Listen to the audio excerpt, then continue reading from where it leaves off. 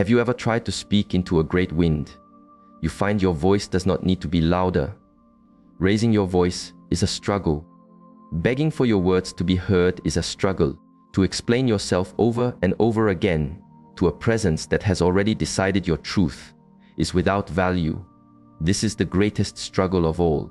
When you are in the presence of a mind trapped in its own storm, every word you offer is not a gift. It is taken as a weapon against you. Every attempt to build a bridge becomes a road for them to invade your lands. But this understanding dawns today. You do not meet a storm with more wind. You meet it with the truth. A calm, silent, unshakable truth. There are just a few words. But when they are spoken from your center, they do not change the other person. They cannot. They change the very ground on which you stand. You stop playing the part they have written for you. Say this: I see the pattern. I will not engage with this energy. This exchange is complete. That is all. These words are a mirror. They show that you are awake. They are a quiet signal that you are no longer a space available for confusion, for control, for the draining of your life force. You no longer need to explain your worth to a mind that is committed to misunderstanding you. And this is where your power, your true inner authority, begins to flow again. When you stop needing their light to see your own path, because a person caught in this storm does not fear losing you. They fear losing control over your energy. When you stop reacting, when you cease to defend your inner castle, when you no longer feed their hunger for dominance, a panic arises in them. Your silence and your calm are terrifying to a mind that lives in chaos. It means it no longer has access to the part of you it used to feed on. So, you stop explaining. You stop proving. You stop apologizing for having a boundary. You stop wishing for the storm to become a gentle breeze. You do not argue with the wind. You do not plead with the waves. You stand rooted, and your presence says, "My peace is not for debate. This ends now." You give them no story to fight against. You leave no path for their games to follow. You give them clarity, and then you walk away, perhaps not with your body, not yet, but with your spirit, with your mind, with your attention. You withdraw your energy. You let them feel the great emptiness where your light used to be. And that silence speaks more loudly than any words ever could. You do not have to match their chaos. You only have to become the calm they cannot disturb. Say the words once from your center, then stop appearing in places where the value of your soul is put into question. This is not a power you must find. It is a power you have always been. Now, it is time to live it. When you face a mind that lives in turbulence, the first impulse is to raise your own energy, to defend, to explain. You hope that through a river of words, you can irrigate their desert. But here is the deep truth: such a mind does not seek understanding, it seeks control. Every argument, every emotional wave you send, every word you add to the fire only nourishes their illusion of power. The more you reason, the deeper you are pulled into their world, and you begin to move by their rules. They never play in the light. This is why your stillness is your greatest sanctuary. Not because it makes you passive, but because it makes your spirit untouchable. Silence is not emptiness. It is a conscious withdrawal of energy. It is the refusal to offer the very chaos they hunger for. Turbulent minds need drama, for drama makes them feel alive. When you become quiet, truly quiet, when your inner state remains as still as a deep lake, it confuses them. It denies them the entry point to your spirit. For them, this is unbearable. They need to provoke, to poke, to find a crack in your calm. When you remain centered, when your voice is measured and your energy is still, it reflects a truth they cannot bend, that you are the master of your own inner home. Calm in the face of the storm is a sign of immense inner strength. It means you have stepped out of the rain and have chosen not to dance in the mud. You no longer need to shout to be heard. Silence itself becomes the boundary. It says, "I will not participate in this imbalance. I will not let your storm dictate my weather." That message resonates far deeper than any sharp reply ever could. It is about choosing how you respond. It is about the conscious decision not to be pulled into a war of energies. When you stop reacting, you starve the pattern of what it seeks, your life force, your focus, your sacred inner peace. This withdrawal is not an act of harm. It is an act of self-preservation. It is wisdom. It is the moment you choose to protect your own garden over proving a point to someone who will not listen, because what they truly want is not to win the point. They want to win control over your state of being. When you stay calm and silent, you make that impossible. Minds that thrive on chaos also thrive on fog. They twist unclear words, manipulate emotional currents, and see your boundaries not as sacred fences, but as polite suggestions. This is why, when you face a presence that feeds on confusion, your greatest strength is the clean word, the clear and direct statement. This is not about aggression. It is about a crystal clarity, an honest precision that cannot be bent. When your words are clean and firm, they leave no room for the fog to seep in. And this is how you dissolve the pattern before it begins. To use the clean word means letting go of justification, of softening your truth, of endless stories. You stop saying things like, "I feel that maybe sometimes you are not hearing me," and you begin to say, "My voice was not respected. I will not continue." There is no mist in that statement. You give them no space to argue with the nature of your feeling or to twist your meaning. You state a reality, and you show that there is a consequence. They hate this. They want loopholes. They want emotional gray spaces where their games can be played. The clean word denies them this power. When you say, "I am not available for this dynamic," or "This exchange has become unhealthy. I am ending it now," you are not asking for their permission. You are drawing a line in the earth and showing them you are no longer part of the game. That kind of communication asks them to meet you on higher ground, or you walk away. And when your energy is calm and your words are precise, it is like breaking a spell they have relied on for years. You are no longer someone they can confuse or bait. It also changes you. Speaking this truth rewires your own energy. You stop shrinking. You stop apologizing for the space you occupy. You begin to trust your own inner compass without watering it down for the comfort of another. That inner alignment creates an outer fortress. You say what you mean and you follow through. They can sense when someone knows their own source of light. They will either try harder to extinguish it, or they will leave your path altogether. But the outcome matters less than your decision to speak with clarity, with stillness, and with unwavering honor for your own truth. When you are tangled in the energy of another, one of the most draining patterns is the constant need to explain your own heart. You believe if you just find the perfect sequence of words, if you offer enough history, if you defend your own mountain well enough, they will finally see it.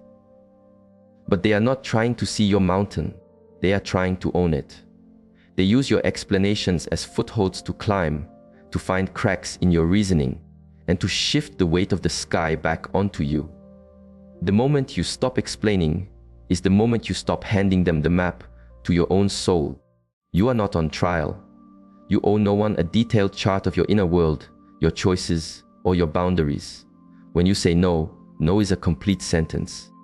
When you say you will not allow something, that is the end of the teaching. You do not have to convince them. Seeking validation from someone who benefits from yourself, doubt is like asking the storm for a calm day. They want you to keep explaining because it keeps you looking outward. And it keeps them at the center of your world. To defend yourself against a mind that has already cast you as the shadow in its story is to whisper into a hurricane. They are not listening with an open heart. They are listening for an opening, a weakness, a way to make you doubt the very ground you stand on. They want you to live in the fog of self-doubt so they can play the role of the sun. When you stop defending, you step out of their play entirely. You become untouchable, not because you have won the argument, but because you have decided your own inner knowing is enough. Without their approval, they withhold validation on purpose. It is the invisible leash they use. The more you look to them for light, the more power you grant them over your own inner sky. That cycle keeps you tethered, small, dependent on the very source of the wound. When you choose to validate yourself, to trust your own inner truth, without needing it to be confirmed by an outside voice, you take your power back in the most profound way. You do not need to be seen clearly by someone who refuses to open their eyes. You do not need to justify your pain to the one who caused it. You do not need to defend the walls of your garden to the one who keeps trying to climb them. You simply stop playing the game, and in that, you reclaim your peace and your dignity. Boundaries are not requests. They are the sacred geometry of your own life. And when you establish them with a mind caught in a storm, you must understand this one truth above all. There is no space in that sacred geometry for guilt. A chaotic mind will test your lines, push on your gates, and use your own heart against you to make you question the sanctity of your space. They will call you selfish, cold, or unloving for simply protecting your own inner peace. That is their method. If they can make you feel guilt, they can make you bend. And once you bend, the boundary dissolves. You cannot negotiate with a presence that benefits from your unease. When you set a boundary and feel the pull of apology, pause. Ask your heart, who am I trying to comfort right now? Myself, or the one who profits from my lack of peace? A boundary is not about controlling another. It is about stewarding your own energy, your own sanctuary, your own emotional well-being. If someone is disturbed by your boundary, it does not mean the boundary is wrong. It means the boundary is working. They will always try to frame your boundary as a betrayal. They will call it drama, sensitivity, coldness. They will use your own compassion as a tool to make you doubt yourself. But this is the truth. If you are protecting your peace, your energy, or your soul, you are not harming another. You are honoring yourself, and that is never a cause for apology. Boundaries without guilt are the signal that the old energy pattern is complete. You are no longer emotionally available for their games. You no longer explain your choices or soften your truth to avoid a storm. You are no longer bending so they can stay comfortable while you stay broken. When your no means no, when your stop means stop, you are not being unkind. You are being clear. And clarity is like sunlight to a creature that thrives in the shadows. Guilt is the anchor that keeps souls trapped in these cycles. You set a line, they push, you feel a pang of guilt, and suddenly you are back at the start, disrespected and drained. But when you remove guilt from this sacred equation, you become free. You realize your boundary does not need to be understood to be honored. It requires only that you stand behind it, unwavering, knowing that protecting your peace will always disturb those who benefited from your lack of it. Turbulent minds do not fear your anger. They do not fear your shouting, your crying, or your pleading. In fact, they feed on it. It is a sign to them that they still hold power, that they can still dictate your inner weather. What truly terrifies them is your detachment, your complete emotional withdrawal, your calm retreat, your refusal to participate in the chaos they create. Detachment is the moment you stop reacting. It is when they see they can no longer get a response, no longer hook you with guilt or flattery, and no longer depend on your good heart to save them from the echoes of their own actions. To such a mind, your detachment is not just distance, it is a profound loss of power. It shatters the illusion that they are the master of your emotions. As long as you react, they feel significant. The moment you become still, they lose access to the emotional river they have been drinking from. Your silence becomes louder than any argument. Your calm becomes their great challenge because it signals that you have stepped outside their theater of drama and reclaimed ownership of your own soul. They can no longer write the script for your reactions. You have seen the pattern. You have named it. And now, you are finished playing your role. Detachment is not coldness. It is clarity. It means you have arrived at a place where your own peace is more precious than their approval. You no longer hope for them to change. You no longer wait for an apology. You no longer try to make them see. You see the landscape for what it is, and you withdraw your emotional investment from it. This is not indifference. It is wisdom. It is the sacred act of honoring reality over potential. The other may escalate when they sense your detachment. They may try gifts or guilt, threats or victimhood. But none of it can land once you are untethered. Because detachment means you are no longer hooked. You are no longer moved by their praise or their punishment. You are simply observing from a distance. You have disconnected your worth from their opinion. And this terrifies them. They cannot stand to be irrelevant, and your detachment makes them exactly that. It tells them the game is over. Not because you have won, but because you are no longer playing. There comes a point on the path where you stop searching for strength outside yourself, and you realize it has been the very ground beneath your feet all along. The greatest skill of a chaotic mind is to make you forget this. They chip away at your clarity, your confidence, and your voice until you believe the illusion that you need them to feel whole, to be seen, to be worthy. But the deep truth is, the power you seek is not something you must earn or beg for. It is something you already are. It is in your capacity to say no. It is in your freedom to walk away. It is in your power to stop explaining and to start being. Every time you accepted a word that felt like a stone, every time you swallowed your truth to keep a false peace, every time you gave another chance long after their path was shown to you, you were not weak. You were simply disconnected from your own wellspring of power. And the moment you choose to reconnect, everything changes. Not because they change, but because you no longer need them to. You no longer need their permission to trust your own inner compass. You no longer need their validation to know your own worth. You no longer need their apology to walk toward your own healing. You already possess the power to break this cycle, the power to stand in silence, the power to say, "This is not a space I will occupy," the power to protect your peace, even if it disturbs theirs, the power to walk away from the presence that made you doubt yourself and to never look back. You do not need to wait until you feel confident. Power is not a feeling. It is a decision.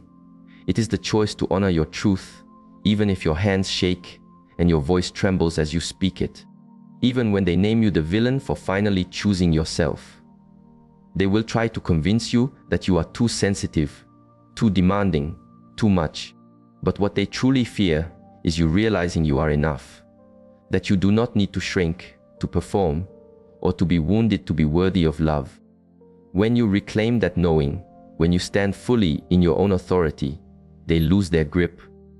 Not because you fought them, but because you finally stopped giving them the power to define you. The great shift happens when you stop asking, "Will they ever change?"